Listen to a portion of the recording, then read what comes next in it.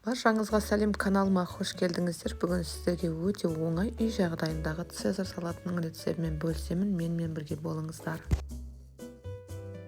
Ең бірінші біздер тауық етін мариновать етіп аламыз. 1-2 сағат алдын осылай мариновать етіп қойсаңыздар өте жақсы, немесе бір күн алдын сөйлесе бүкіл спецтар сіңіп тұрады бойына.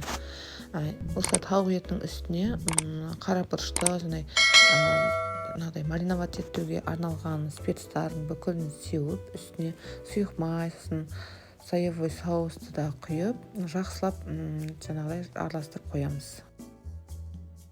Алдын ала үккіштен өткізілген чесногымызды да саламыз үстіне, сосын жақсылап бірде екі жағын тигізіп осылай араластырып қоямыз.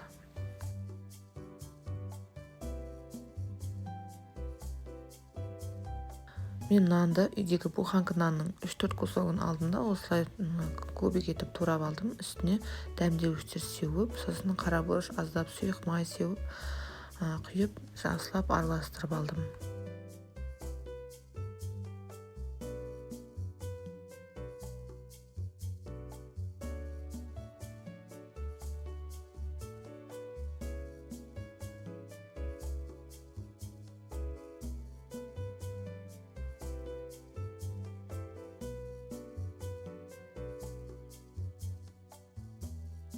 Енді қолымызбен бір араластырып жіберіп, жан жағын бір кигізіп, жан жағына енді осыны қызып тұрған тапамызда қуырамыз.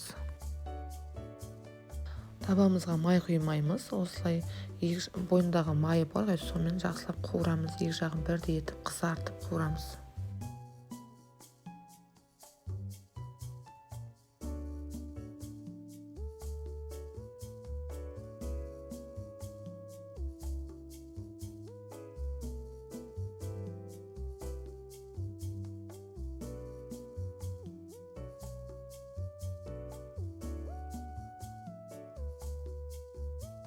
Міне көріп тұрғандарыңыздай қызартып алдық, екі жағын бірдей етіп, әдемілеп, қытырлақ етіп.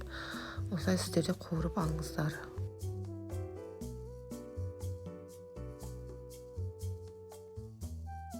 Енді тауық етіне келсек, әркім әрқалай. Мен бұны тоже осылай мариновать етіліп алған тауық етін осылай кусоктарға бөліп, тапамызда қуырамыз. Біреулер пешіміздің духовкасында да пісіріп алса болады. Ал мен бұны тапада қуырдым.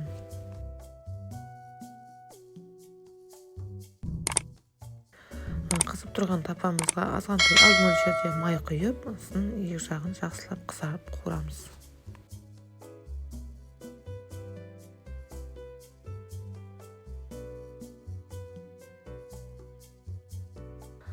Тауық етін де қуырып алдық. Енді салатымызды бастаймыз. Черри помидорын қолдансаңыз болады, немесе осындай помидор қолдануға болады. Сосын салатный листка мен айсберг капустнысын қолдандым. Салатный листтің майонезге келсек, Махеевтікін қолдандым. Бұл өзі арнайы дайындалған, алдын ала цезарь салаты үшін сәл сұйықтау болып келеді. Енді біздер соусымызды дайындап аламыз. Осылай майонезіміздің арнайы бір ыдысымызға құйып майонезімізді, үстіне чесногымызды, үккіштен өткізілген сырымызды, сосын аздап соевой соусымызды құйып жақсылап араластырамыз. Видеодағыдай жасасаңыздар да болады. Міне мен осы жерде чеснокты салдым, соевой соусты, сосын сырымызды қосып жақсылап бір араластырып жібереміз.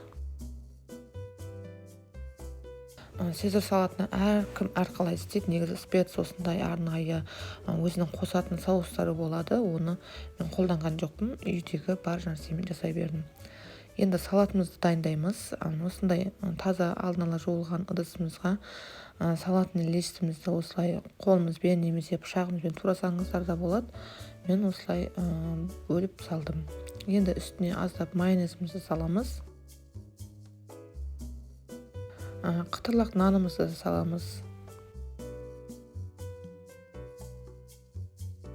Енді видеодағыдай етіп жинай береміз. Осылай үстіне тауық етін саламыз, помидор бәрін алдына турап аламыз.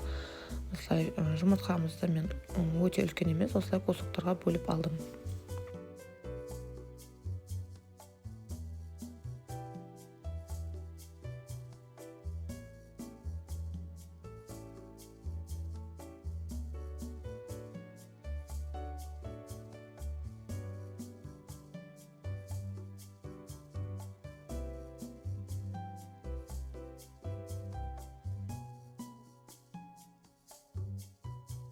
Енді тарелкамызға жинаймыз.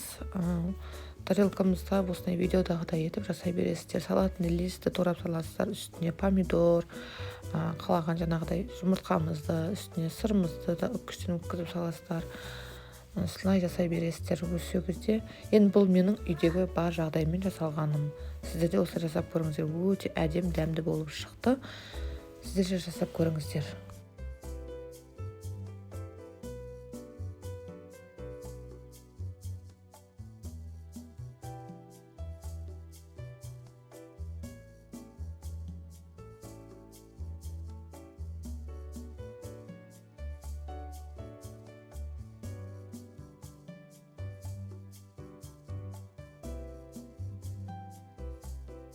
Мен бұл цезарь салатын үй жағдайындағы өте қарапайым жолмен жасадым. Әдем болып, дәмді болып шықты. Сіздер де осы рецептпен жасап көріңіздер. Өте керемет болып шығады. Даже ресторандағы, кафедегі жаңағы салаттан да әдем болып шығады.